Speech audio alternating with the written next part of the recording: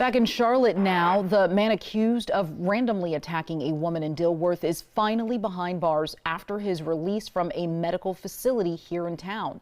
Di-Quan Hunt was officially charged with assault with a deadly weapon in connection with the then viral incident. Hunt is accused of violently attacking a woman in broad daylight, recorded it, and posted it online. That's what officials are saying. This is part of that video you can see. He appears to be clearly distressed, even cursing at the camera.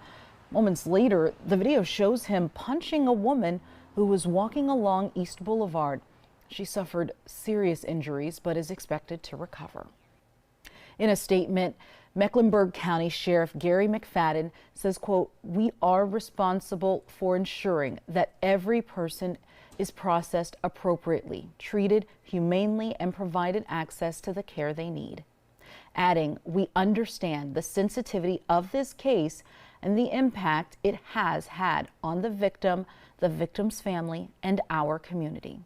We will carry out our responsibilities professionally and within the authority granted to this office."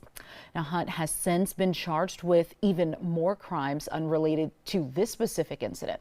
He has been denied bond and is due in court this Monday.